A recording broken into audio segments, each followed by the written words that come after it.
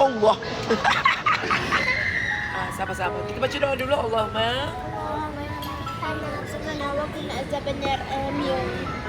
Ada buku ke tadi minum air. Dah.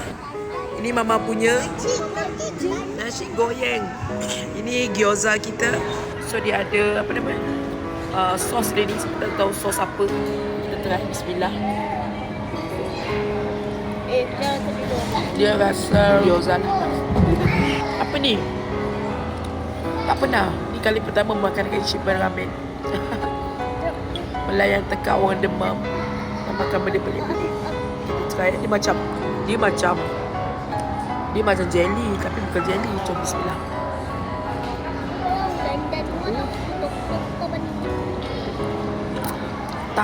Tofu.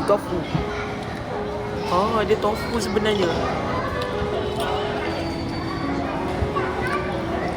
Bolehlah untuk kita makan nak try.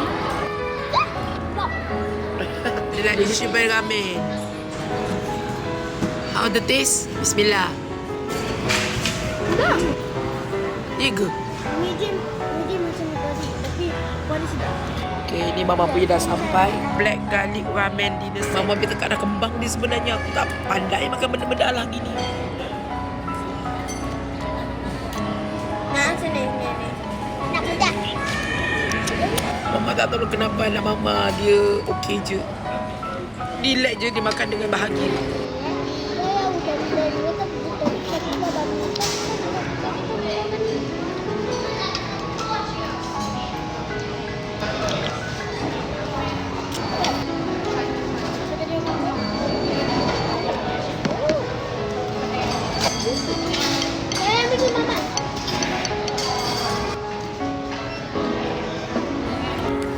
Jujurnya mama ni orang kampung belah-belah Pai Usuk tu. Orang tak pandai makan macam ni. Tapi tengok anak mama, dia makan dengan bahagia. Gen Z ke Gen Alpha? Mama tak pandai ni. Banyak lagi ni weh. Dia nak habiskan. Ini yang boleh mama makan.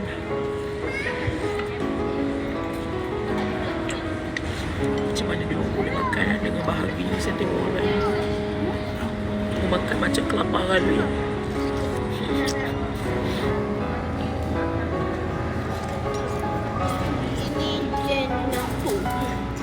Okay. Tak tahulah ni apa benda. Nak kata bayam bukan bayam. Nak kata seaweed macam bukan seaweed. Jadi kita bagi balik kat dia. Dia punya habis dah. Ini dia kata green tea.